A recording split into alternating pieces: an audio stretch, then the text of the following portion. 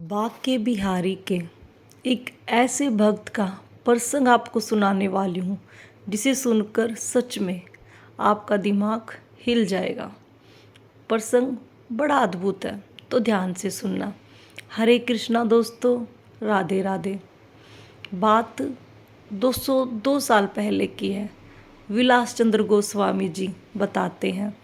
बात उन दिनों की है जब बाके बिहारी जी का चबूतरा लाल रंग का होता था।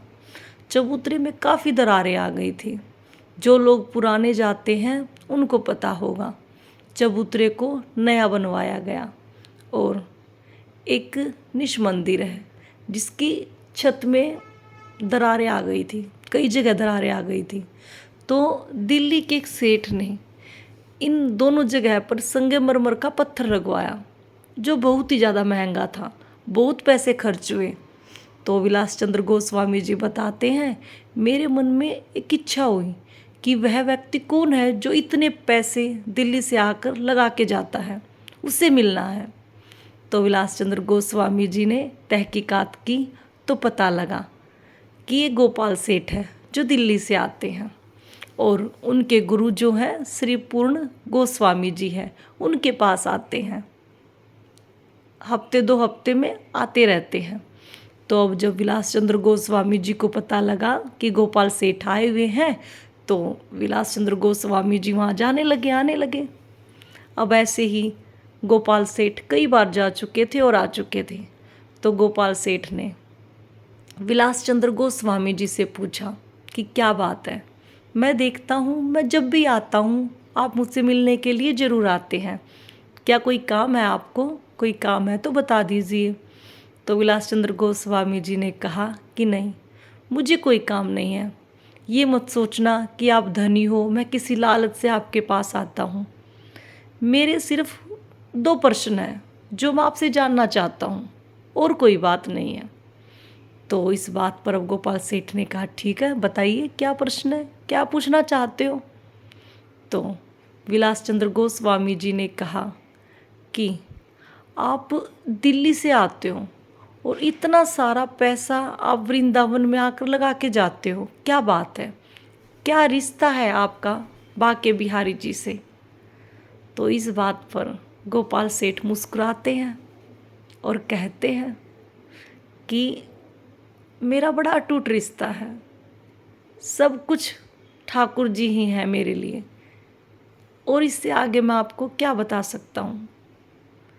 फिर विलास चंद्र गोस्वामी जी ने कहा, चलो ठीक है, आप क्या सोचकर यहाँ आए थे।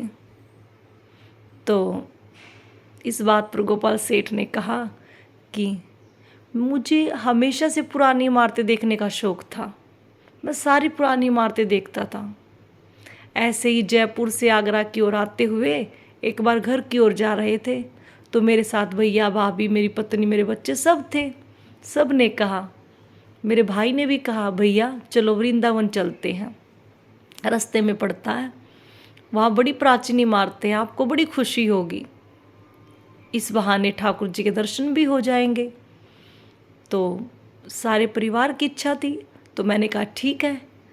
तो वृंदावन आने के बाद मैंने सब जगह दर्शन किए, और जैसे ही मैंने बाके बिहारी जी के दर्शन किए, मैं वहीं के वहीं खड़ा का खड़ा रह गया, जैसे मेरे अंदर कोई जान ही नहीं है, जैसे सब कुछ ठाकुर जी हैं।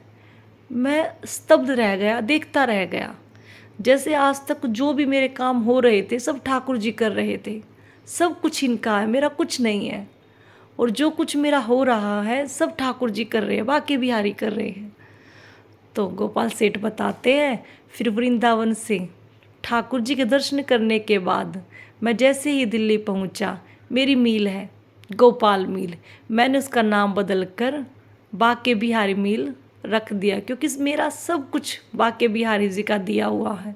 उस दिन मुझे एहसास हुआ कि मेरा जो कुछ है सब ठाकुर जी का है, बाके बिहारी जी का है। मैं तो सिर्फ कार्य करता हूँ, वो मुझसे कार्य कराते हैं, वरना सब कुछ बाके बिहारी जी का है। इसलिए यहाँ वृंदावन में जब भी किसी कार्य की ज़रूरत होती है तो मैं कार्य को पूरा करवा ही देता हूँ, क्योंकि मेरा जो भी कुछ है सब ठाकुर जी का दिया हुआ है, मेरा कुछ भी नहीं है। तो फिर ये बात पूरी होने के बाद विलास चंद्र गोस्वामी जी ने कहा कि एक प्रश्न और है।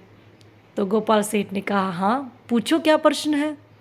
तो विलास चंद्र गोस्वामी जी ने कहा मैंने सुना है जो भी ठाकुर जी के अनन्य भक्त होते हैं ना, हमारे ठाकुर जी उनके साथ कोई ना कोई लीला चमत्कार करते रहते हैं, उन्हें अपने होने का एहसास कराते हैं। तो क्या कभी ऐसी लीला आपके साथ हुई? ऐसा कुछ हुआ कि आपको लगे कि ठाकुर जी बाके बिहारी जी आपके साथ हैं? तो गोपाल सेठ ने बताया हाँ ऐसा मेरे साथ हुआ है। एक बार मैं अपने भाई भाभी और पत्नी के साथ वृंदावन आया हुआ था। जन्माष्टमी का दिन था, मुझे काम से जल्दी निकलना था, लेकिन फिर भी भीड़ इतनी ज़्यादा थी कि मैं जल्दी निकल नहीं पाया। ऐसे ही 8-9 बज गए और मुझे जाना था 2-3 बजे। 8-9 बज जाते हैं और मैं अपने परिवार को लेके गाड़ी को लेके यहाँ से निकल लेता हूँ। और सारा दिन की थकान से मैं इतना थका हुआ था कि मैं बता नहीं सकता। हमें वृंदावन से निकलते हुए 9 बज चुके थे। 9 बजे मैं अपने परिवार को लेकर वृंदावन से निकला। जैसे ही वृंदावन से निकला एक मोड़ पर हे नाथ बाबा जी खड़े थे। हे नाथ बाबा जी ने कहा कि मुझे भी दिल्ली कुछ काम है तो मुझे भी दिल्ली छोड़ देना। तो मैंने कहा ठीक है बाबा जी आइए बैठिए। बाबा जी गाड़ी की अगली सीट पर बैठ गए। अब मैं सारा दिन से घूमते घूमते थका हुआ था, तो गाड़ी चलाते चलाते मुझे कब नींद आई मुझे पता ही नहीं लगा। गाड़ी 20-30 किलोमीटर तक अपने आप चल चुकी थी और कई बार एक्सीडेंट होते होते बच चुका था, लेकिन फिर भी हे नाथ बाबा जी ने मुझे नहीं जगाया। लेकिन जब मुझे सोते सोते 1 घंटा हो चुका था तो हे नाथ बाबा जी ने मुझे हाथ लगाया।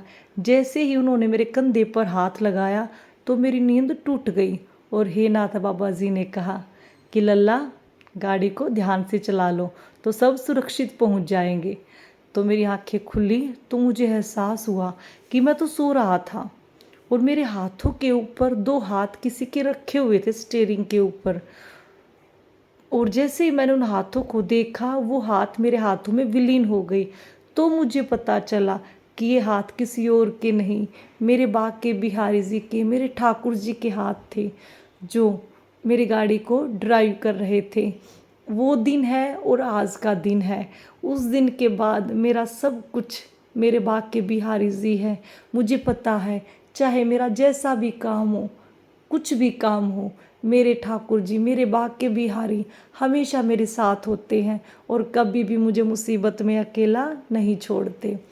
तो आज के लिए बस इतना ही, मिलते हैं अगली वीडियो में। तो बोलिए श्री कुंज बिहारी श्री हरिदास, राधे राधे।